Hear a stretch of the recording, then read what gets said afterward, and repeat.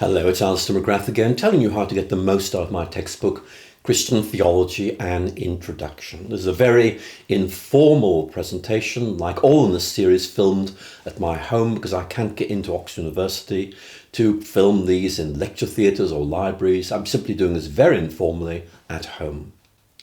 So we now come to the final chapter of the second part of this work. And remember, the second part is focusing on the sources and methods of Christian theology. And in many ways, this set of 4 chapters helps lay the foundation for the more detailed discussion of Christian doctrines in the third part of this work. So in this chapter, the 8th chapter of this book, we look at a fundamental question that's long been a topic of conversation within Christian theology. What is the relationship between theology and philosophy? And in the Middle Ages, this relationship was very often framed using the image of the handmaid. Philosophy was a handmaid to theology, playing a valuable but subordinate role to theology. Now, the question of the relationship between theology and philosophy is very often discussed in terms of proofs of the existence of God. Can the existence of God be demonstrated by reason or by an appeal to the deeper structures of the world? And although these questions were discussed during the patristic period, it's widely agreed that the most famous statements of these arguments date from the medieval period. So in this chapter, we look at some of the most famous of these arguments. We consider what is sometimes called the ontological argument, set out by Anselm of Canterbury in the 11th century. And the group of arguments usually known as the 5 ways, developed by Thomas Aquinas in the 13th century. And all of these arguments are widely debated today and are often seen as one of the most important areas of interaction between theology and philosophy. But I need to emphasize the relationship between theology and philosophy is not limited to questions of the rationality of faith. One area of particular importance concerns the status of the language that we use in theology. Is theological language literal or analogical? In other words, when I say God is a shepherd, am I saying that God really is a shepherd, or that in some way God is like a shepherd? Or is theological language metaphorical, telling us something about what God is, but also something about what God is not like? And these questions regularly emerge as significant in contemporary theological debate. So that's a very brief overview of this chapter. So let's look at it in more detail. We begin by looking at this idea of the handmaid. And there's a long history within Christian theology of drawing on intellectual resources outside the Christian tradition. It goes back to the patristic age, where you engaged with the philosophers of late classical antiquity. This is all about, in effect, enriching and enhancing theology's reach, its capacity to engage a wider culture. And Christian theology has interacted with various schools of philosophy throughout history.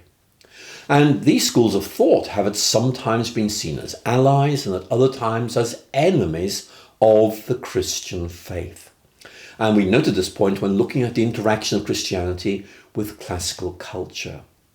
And this approach is often referred to using the Latin phrase ancilla theologiae, the handmaid of theology.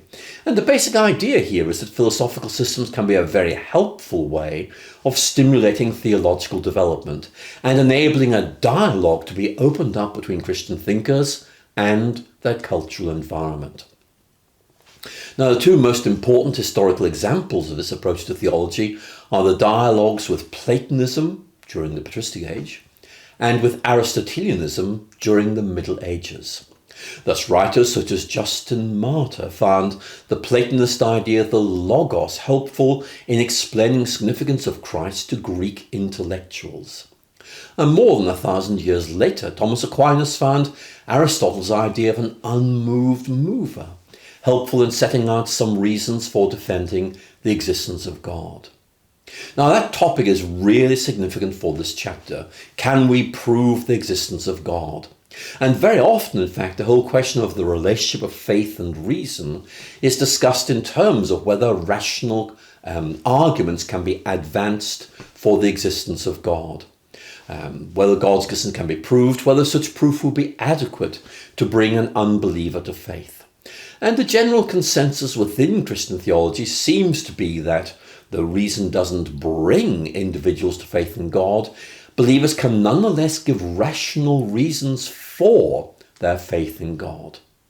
Now, this kind of debate goes back to late classical antiquities, but really it's the Middle Ages which marks the serious engagement with these questions. Anselm of Canterbury, for example, in the 11th century, developed what's known as the ontological argument for the existence of God, although in fairness, I need to point out Anselm himself did not describe his approach either as an argument or as being ontological. In this chapter, we look particularly at Thomas Aquinas, his famous 5 ways, 5 arguments for the existence of God. And these argue from the effects of nature to their ultimate cause in God as the creator of nature. And each of these 5 ways is discussed in this chapter. And the basic line of thought that's guiding Aquinas' reasoning here is that the world mirrors God as its creator, an idea which is given more formal expression in his doctrine of the analogy of being. Just as an artist might sign a painting to identify it as her handiwork, so God has stamped a divine signature on the created order. What we observe in the world, for example, its signs or its ordering, can be explained on the basis of the existence of God as its creator. God is both its first cause and its designer. God both brought this world into existence and impressed the divine image and likeness upon it. So, where might we look in creation to find evidence for the existence of God? Aquinas argues that the ordering of the world is the most convincing evidence of God's existence and wisdom. And this basic assumption underlies each of these 5 ways, although it's of particular importance in the case of the argument often referred to as the argument from design or the teleological argument. Let's look at one of these, the first of the 5 ways, generally known as the argument from motion. This begins from the observation that things in the world are in motion, they change. So why did nature come to be in motion? Why does it change? And Aquinas argues that everything that moves, changes, is moved or changed by something else. And each cause of change must itself have a cause, and so on. So unless there's an infinite number of these causes, there has to be a single cause right at the origin of this series. And from this original cause of motion, all other motion is derived. So we see here Aquinas' argument for the existence of a single original cause of all this motion, the prime mover, if you like, who for Aquinas is none other than God. Now, obviously there's some questions we might want to ask about this, but it is rather interesting. In recent years, however, Christian theologians have begun to make use of a form of argument for the existence of God, originally developed by Islamic writers, the Kalam argument. And this argument is discussed in this chapter with particular reference to its use in the works of the American philosopher of religion, William Lane Craig. The chapter also looks at the argument developed by the English writer William Paley, best known for his 1802 work, Natural Theology. And according to Paley, the world is like an intricate mechanical watch. It shows evidence of having been designed, having been created for a purpose. And if there's a watch, there has to be a watchmaker. Now, Paley was particularly impressed by the construction of the human eye, which he argued was so complex and highly developed, it could only be the result of divine design and construction. And certainly that argument was highly influential in 19th century England, although its plausibility was eroded by the theory of evolution set out by Charles Darwin in 1859. And Darwin's Origin of Species, in effect, says these can be explained on a purely natural basis. Nevertheless, the argument from design remains an intriguing idea and continues to play a role in modern theology. So let's ask this question: what use are these arguments? I have to say to you, many theologians think they are of little value. For example, the French mathematician and philosopher Pascal found Aquinas' approach difficult to accept because the rather abstract philosophical God which resulted from these arguments seemed to be nothing like the living God of the Old and New Testaments. And Pascal suggested, and I quote him, "Metaphysical proofs of the existence of God are so remote from human reason and so complex that they have little impact." And that's a point of view which you'll find often expressed. But most theologians would now argue that these arguments for the existence of God are really affirmations of the rationality of faith. They're not designed to prove those outside the faith that God exists. They're in effect saying this makes sense, that Christianity is reasonable, which is a very important apologetic point. God is not something that's proved, but nevertheless the Christian faith makes sense of things, thus inviting further reflection on questions of faith. So we then move on to look at the nature of theological language. So if we pick up on Psalm 23, which speaks of God as a shepherd, what does that mean? To speak of God as a shepherd is generally understood to mean God is like a shepherd. In other words, the image of God as a shepherd does not mean that God is identical to a human shepherd. It means that some aspects or functions of a human shepherd help us to think about God more effectively. Some aspects, but not all, because every analogy breaks down at some point.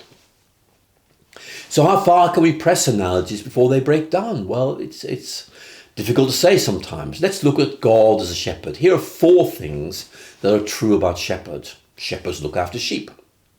Shepherds protect their sheep against danger. Shepherds lead their sheep to food and water. And shepherds are human beings. Now, the first 3 aspects of the analogy seem to be quite helpful, but the 4th is not. So in this respect, the analogy breaks down. This is an aspect of the analogy we're not meant to press too far. So the obvious question is, how do we know when we've pressed theological analogies too far? And to illustrate this point, we might think of another area of theology, soteriology, in which the New Testament talks about Jesus Christ giving his life as a ransom for sinners. So what does this mean? To speak of Christ's death as a ransom is clearly an analogy. And when I think about the word ransom, I might think of liberation. A ransom is something which achieves freedom from someone who's held in captivity. We might think of payment. A ransom is a sum of money which is paid in order to achieve an individual's liberation. Or you might think of someone to whom the ransom is paid. In other words, there is a receptor, a recipient. Someone receives this ransom that is paid. So are all these 3 ideas implied in speaking about Christ's death as a ransom for sinners? Well, I think the New Testament certainly holds we've been liberated from captivity to sin and the fear of death by Christ's death. And the death of Christ is also clearly understood in the New Testament as the price paid to achieve our liberation. So far, so good. What about the 3rd? Well, the New Testament makes no reference to Christ's death as the price paid to someone to achieve liberation from sin. Now, some Christian writers of the first 4 centuries argued that God offered Christ to Satan as the price of our liberation. Now, we'll look at that in our discussion of patristic soteriology. But I think this involves overstretching an analogy. Now, there's a lot more to discover in chapter 8. It also includes discussion of some other aspects of theological language. For example, the distinction between apophatic and cataphatic approaches to theological language. That's really interesting. Or the understanding of theological language that were involved in the Copernican debates of the 16th century. There's lots there. I've just given you this very brief sketch map to get you started. I hope it will help you enjoy this chapter. And so this chapter brings to an end the second part of Christian Theology and Introduction. The second part has dealt with questions of sources and methods in theology. So now, finally, we can move on to the third part of this book. Its topic is the leading themes of Christian theology.